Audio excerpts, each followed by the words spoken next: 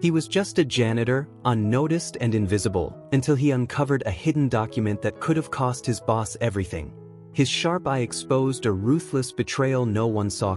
Mr. David was no ordinary man. He owned one of the most prestigious law firms in the country, built from the ground up with his late wife.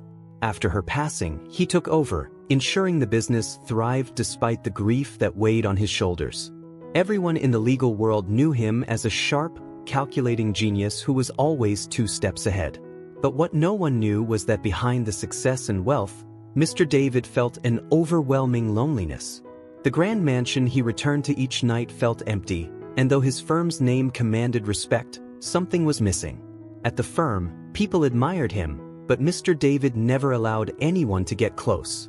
He was cordial, professional, but distant.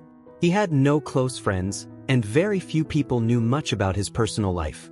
He had built walls around his emotions, still haunted by the memories of his wife and the life they had envisioned together. One person who had worked at the firm for years but was barely noticed was Jacob, the janitor. Jacob had been around for longer than most of the lawyers but blended into the background. He wore the same faded overalls every day, with hands rough from cleaning the marble floors and taking out trash that accumulated in the office. People often passed by him without acknowledgement, but Jacob didn't mind. He enjoyed his simple work and kept to himself. In his quiet way, Jacob observed everything happening in the office. He saw the tension between lawyers, the long hours they worked, and the whispered conversations that filled the corridors. Jacob liked that he could do his job in peace, with no one really paying attention to him. One evening, just as Jacob was finishing up his shift, something unexpected happened. Mr. David, the powerful and enigmatic figure of the firm, walked up to him. Jacob had never spoken to Mr. David directly before and froze in his tracks, unsure if he had done something wrong. "Jacob," Mr. David said, his voice soft but commanding. "I need your help." Jacob blinked, confused. Why would Mr. David of all people want to speak with him? "Of course, sir," Jacob responded, removing his cap out of respect. "What can I do for you?" Mr. David paused for a moment, as if choosing his words carefully. "There's a very important meeting tomorrow," he began, "and I want you to be there with me." Jacob was completely taken aback. "Me? But sir, I'm just the janitor. I don't know anything about legal meetings or business deals." Mr. David smiled, a rare and almost mysterious smile. "That's exactly why I need you," he said. "You've been here for a long time, and I've noticed the way you carry yourself. You observe, you listen, and above all, I know you're honest. I need someone I can trust tomorrow, someone who isn't caught up in all the legal talk." Jacob shifted uncomfortably. "But I don't even own a suit," he said, feeling more out of place by the second. Mr. David chuckled. "Don't worry about that. I don't need you to wear a suit or talk numbers. I need you to be yourself." Jacob hesitated. He wasn't sure if he could be of any help in a high-stakes legal meeting. But there was something in Mr. David's voice, something genuine, that made him reconsider. After a moment of silence, he nodded. "All right," he said quietly. "I'll be there." The next morning, Jacob woke up with nerves running through him. He had spent years cleaning the floors of that office, never once imagining he'd be walking into a meeting with the firm's most powerful clients.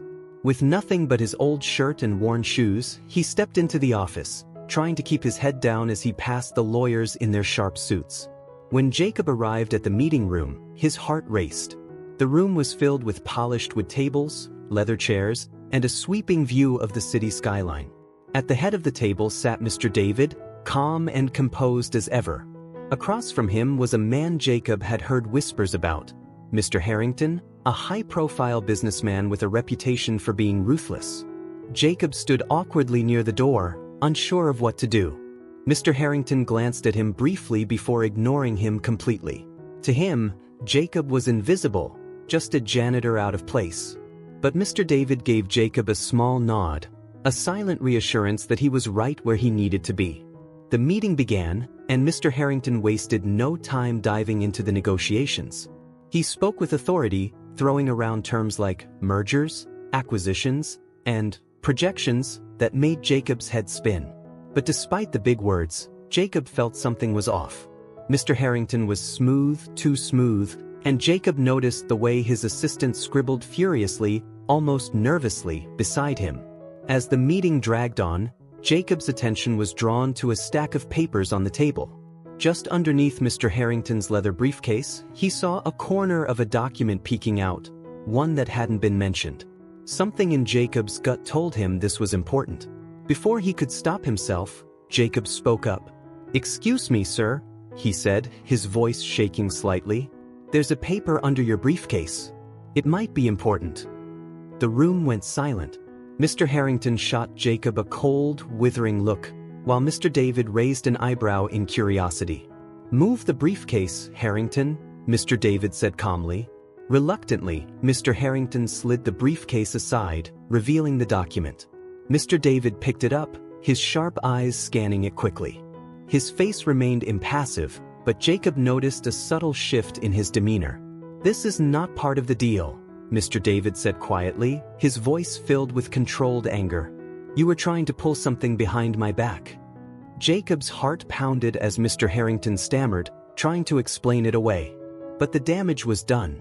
Mr. David had seen the hidden clause, one that would have cost him control over his firm. Thanks to Jacob's sharp eyes and honesty, the trap had been avoided. As the meeting ended, Mr. David turned to Jacob. "You just saved me, Jacob," he said, gratitude clear in his voice. "You've proven today that sometimes the quietest voices have the most to say." For the first time in his life, Jacob felt like he was more than just a janitor. He had made a difference, a real difference. And as he left the office that day, he walked with his head held high, knowing that he had truly been seen.